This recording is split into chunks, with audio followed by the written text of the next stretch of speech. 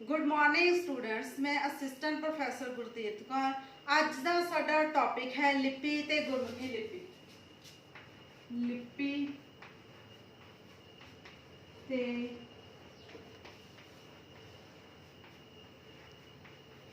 गुरमुखी लिपि। ठीक है जी। सब तो पहला सानू ये पता होना चाहिए कि लिपि की होंदी है। लिपि लिपि बोली नू लिपि बोली नू लकीरां विच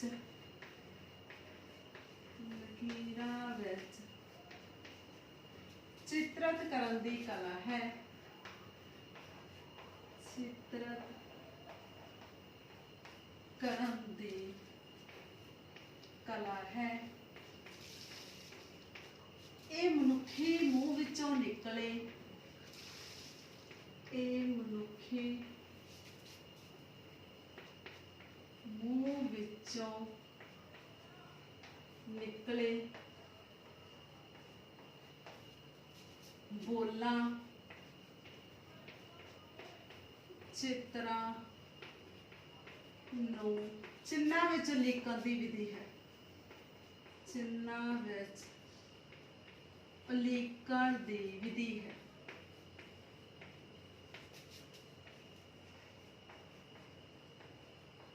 विधि है। ये साडे भावां विचारां नूं लिखती रूप दे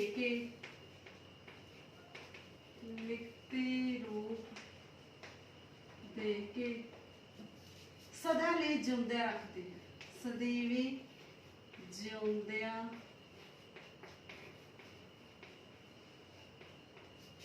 रखदी है। ठीक है जी। हुण सब तो पहला सानू ये पता होना चाहिए कि लिपि की है। लिपि बोली नूं लकीरां विच चित्रित करन दी कला है। बोली की है जिहड़ी असीं बोलदे हां, लकीरां दे विच मतलब उहनूं लिखती रूप दिंदी है। विच चित्रित करन दी कला है। ये मनुखी मूँह विचों निकले बोला मतलब जो कुछ असीं बोलदे हां, साडे मूँह दे विचों जो कुछ भी असीं उचारदे हां, चित्रां नूं चिन्हां विच उलीकण दी विधि है। ठीक है जी। जिहड़ा कुछ असीं बोलदे हां जां उचारदे हां, उहनां नूं चिन्हां दे विच उलीकण दी एक तरह नाल विधि है।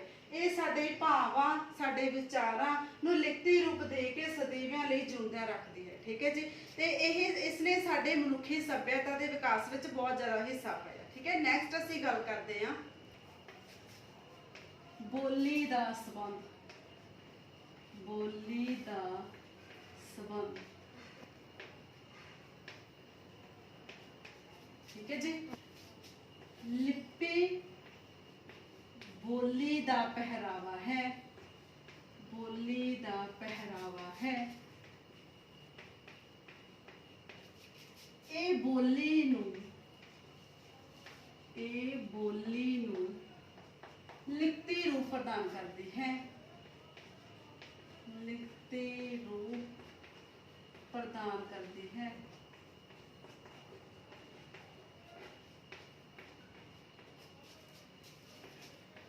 ये बोली नूं सूखम ना रह के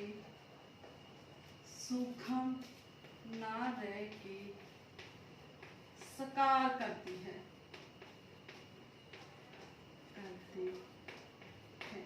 हुण असीं गल करदे हां लिपि ते बोली दे आपसी संबंध दी। लिपि ते बोली दा आपस दे विच गूढ़ा संबंध आ। जिहड़ी लिपि आ ओह बोली दा पहरावा है। ठीक है। एक तरह दे नाल पहरावा ही है। ये बोली नूं लिखती रूप प्रदान करती है। मतलब ये जिहड़ी बोली आ उहनूं लिखती रूप कौन प्रदान करती है? लिपि प्रदान करती है। ये बोली नूं सूखम ना रह के साकार करती है। साकार किवें करती है? जिहड़े शब्द उचारे जाते हैं मनुखी मूँह विचों उचारे जाते हैं, जदों उन्हां नूं लिखती रूप दिता जाता तो एक तरह दे नाल साकार बन जाते हैं। ठीक है। इस तरह असीं कह सकते हैं जिहड़ी बोली आ जिहड़ी लिपि है वह बोली नूं सूखम ना रह के साकार रूप प्रदान करती है। ठीक है जी। नैक्सट है लिपि दे प्राचीन रूप।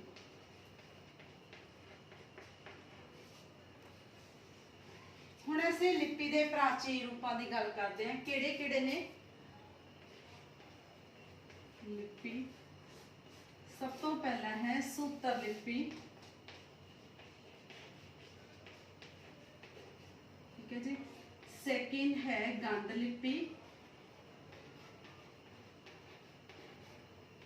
थर्ड है चित्र लिपि, फोर्थ है भाव लिपि, नेक्स्ट है धुनी लिपि। ठीक है जी, ये है साडे लिपि दे प्राचीन रूप। सब तो फर्स्ट है सूत्र लिपि, सेकंड है गंध लिपि, थर्ड है चित्र लिपि, नेक्स्ट है भाव लिपि, नेक्स्ट है धुनी लिपि। ठीक है जी, हुण असीं फर्स्ट गल करांगे सूत्र लिपि दी। ठीक है जी,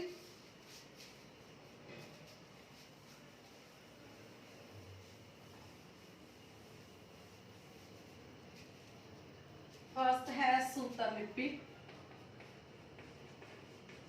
सूत्र लिपि की आ हुण मनुख ने, प्राचीन मनुख ने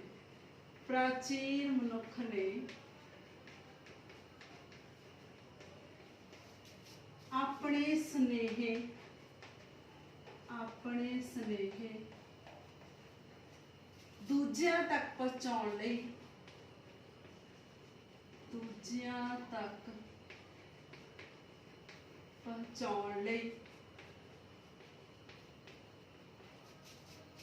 सूत्रां नूं नवां रंग दे के,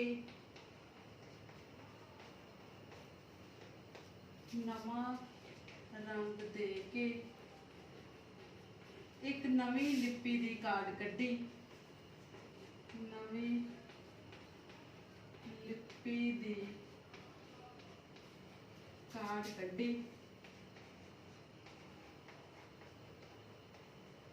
जिसनूं सूत्र लिपि कहा जाता है।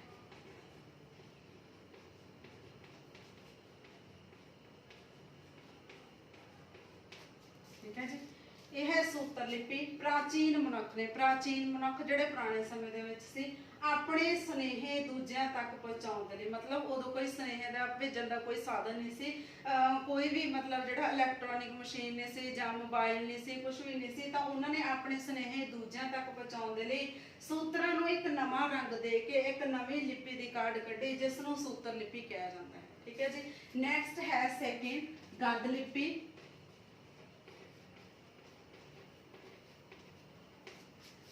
सूत्रां तो बिना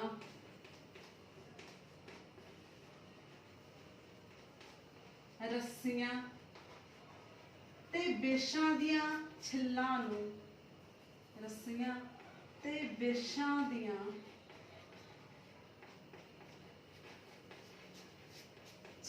नूं, गंढ दे के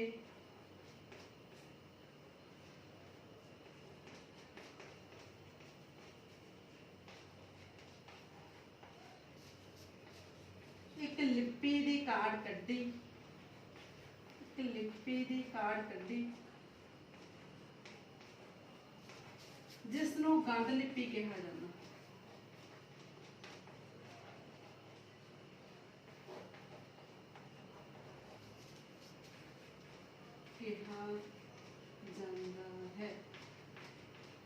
ठीक है जी, सूत्र लिपि तो बाद एक नवी लिपि होंद विच आई जिन्हों गंढ लिपि कहा जाता सी। इहदे विच की सी, मतलब सूत्रां तो बिना जिहड़ियां रस्सियां हुंदियां सी जां बिरछां दीयां छिल्लां सी, उन्हां नूं गंढा दे के नवी लिपि मतलब होंद विच लैके आंदी, जिन्हों गंढ लिपि कहा जाता। ठीक है, नैक्सट साडी चित्र लिपि। चित्र लिपि की आ, मतलब असल दे विच जिहड़ी लिपि दा विकास आ वो चित्र लिपि दे सहारे होया। हुण चित्र लिपि की है, चित्रां राही ज्ञान देना, चित्र बना के ज्ञान देना।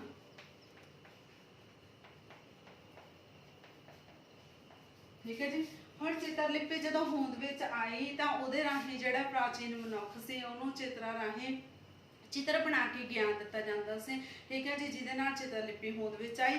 नैक्सट है भाव लिपि। भाव लिपि की आ, बुद्धि दे विकास नाल बुद्धि दे विकास नाल जो लिपि होंद विच आई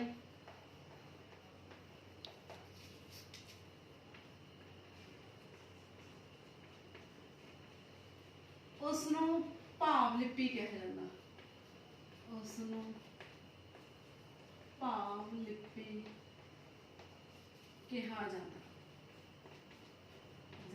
है। ठीक है जी। सब तो पहले असीं गल कीती सी सूत्र लिपि दी, सैकेंड गल कीती सी गंढ लिपि दी, थर्ड है चित्र लिपि जिहदे राहीं मनुख नूं ज्ञान दिता जांदा सी, चित्र बना के ज्ञान दिता जांदा सी। नैक्सट है भाव लिपि, चित्र लिपि तो बाद है भाव लिपि। बुद्धि दे विकास नाल मनुख ने एक नवी लिपि होंद विच लैके आंदी जिन्हों के भाव लिपि कहा जाता है। ठीक है। नैक्सट है धुनी लिपि, धुनी लिपि। हुण जे असीं गल करिए धुनी लिपि दी, जिहड़ी चित्र लिपि ते भाव लिपि है, इहदे नाल की सी मनुख नूं लिखती रूप विच ज्ञान दिता जांदा सी। धुनी की है, धुनी दा अर्थ हुंदा आवाज़। ठीक है। जिहड़ा कि मनुख अपने मूँह दे विचों जो आवाज़ां करदा उहनूं धुनियां कहंदे आ। हुण लिखती रूप तो इलावा मौखिक रूप दे विच भी एक लिपि दी लोड़ सी जिहनूं कि धुनी लिपि कहा जांदा सी, जिहदे नाल कि मौखिक उच्चार कीता जांदा सी। ठीक है। धुनी लिपि राहीं, धुनी लिपि राहीं मौखिक उच्चार किया जाता सी, मौखिक उच्चार किया जाता सी, उच्चार किया जाता सी। ठीक है जी। मौखिक उच्चार मतलब बोल के जिहड़ा उच्चार किया जाता सी उहनूं धुनी लिपि कहंदे सी। ठीक है। मतलब ये सीगे लिपि दे प्राचीन रूप। ठीक है। जिहड़ी कि पुराने समय दे विच जिहड़ियां लिपियां होंद विच आईयां सी उहनां दी गल कीती है। नैक्सट है पुरातन भारतीय लिपियां।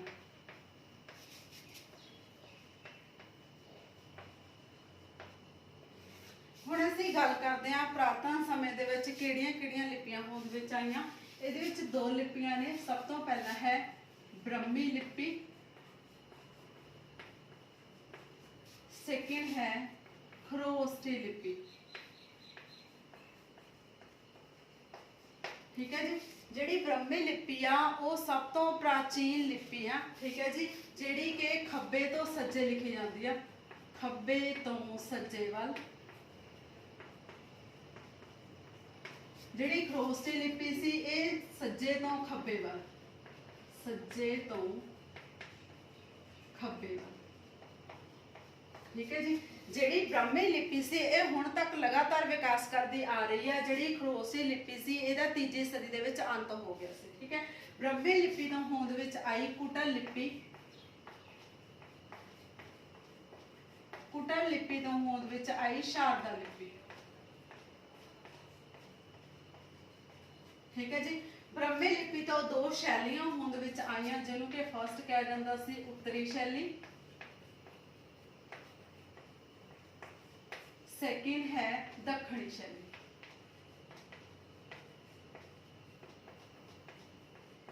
ठीक है जी। हुण असीं इन्हां दे नैक्सट लिपियां दी गल करदे हां। नैक्सट है ब्रह्मी लिपि, ब्रह्मी लिपि इहनूं सब तो प्राचीन लिपि कहा जाता, सब तो प्राचीन लिपि। सेकेंड है शारदा लिपि जो कि गुरमुखी लिपि का स्रोत, गुरमुखी लिपि का मुख स्रोत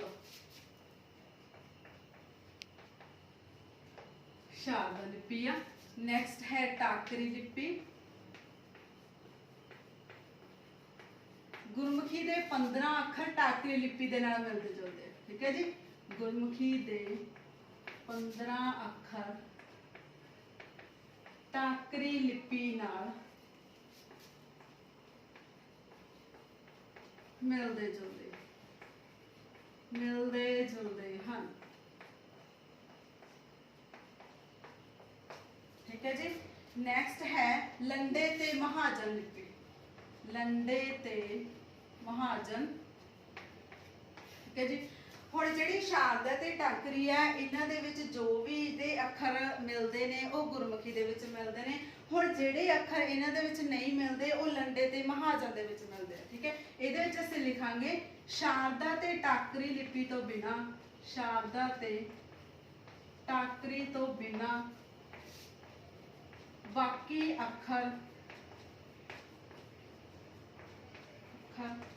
ਲੰਡੇ ਅਤੇ ਮਹਾਜਨੀ ਦੇ ਨਾਲ ਮਿਲਦੇ ਜੁਲਦੇ, ਮਹਾਜਨੀ ਦੇ ਨਾਲ ਮਿਲਦੇ ਜੁਲਦੇ ਹਨ।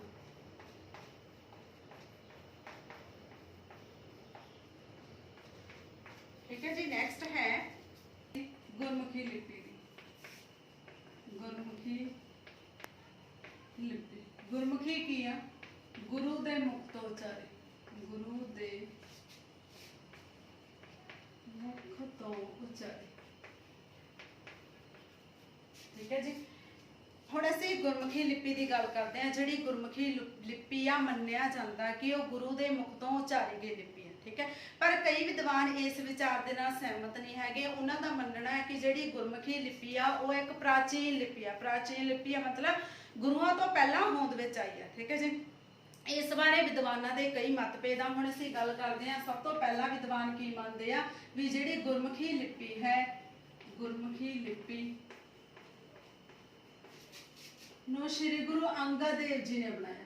श्री गुरु अंगद देव जी ने बनाया है, देव जी ने बनाया है। सेकंड है गुरमुखी लिपि, गुरमुखी लिपि दी होंद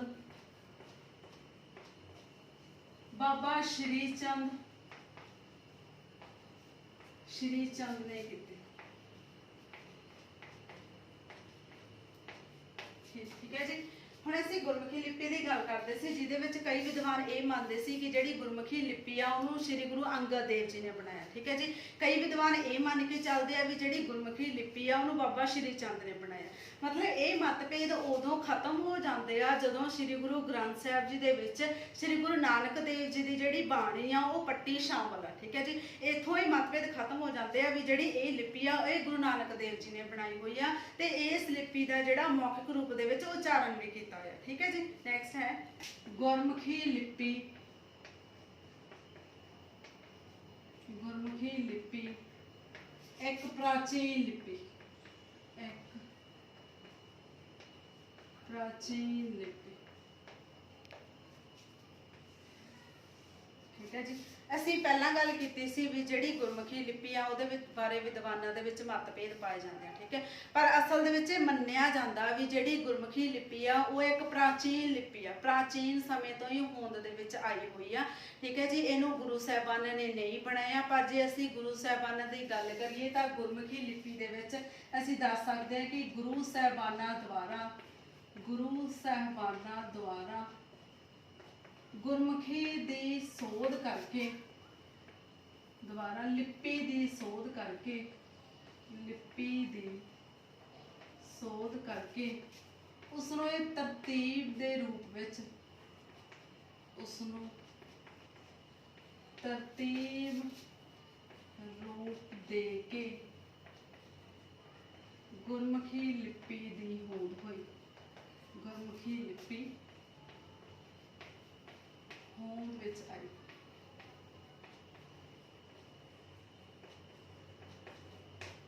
ਠੀਕ ਹੈ ਜੀ, ਇਸ ਲਈ ਅਸੀਂ ਕਹਿ ਸਕਦੇ ਹਾਂ ਜਿਵੇਂ ਗੁਰਮੁਖੀ ਲਿਪੀ ਆ ਇਹ ਇੱਕ ਪ੍ਰਾਚੀਨ ਲਿਪੀ ਆ, ਇਹਨੂੰ ਗੁਰੂ ਸਾਹਿਬਾਨਾਂ ਨੇ ਨਹੀਂ ਬਣਾਇਆ, ਇਹਨੂੰ ਗੁਰੂ ਸਾਹਿਬਾਨਾਂ ਨੇ ਇੱਕ ਤਰਤੀਬ ਰੂਪ ਦੇ ਕੇ ਇੱਕ ਜਿਹੜੀ ਨਵੀਂ ਲਿਪੀ ਹੋਂਦ ਵਿੱਚ ਲੈ ਕੇ ਆਂਦੇ ਜਿਹਨੂੰ ਕਿ ਗੁਰਮੁਖੀ ਲਿਪੀ ਕਿਹਾ ਜਾਂਦਾ ਸੀ। ਠੀਕ ਹੈ ਜੀ, ਹੁਣ ਅਸੀਂ ਨੈਕਸਟ ਗੱਲ ਕਰਦੇ ਹਾਂ ਪੰਜਾਬੀ ਭਾਸ਼ਾ ਦੇ ਲਈ ਕਿਵੇਂ ਢੁਕਵੀਂ ਆ।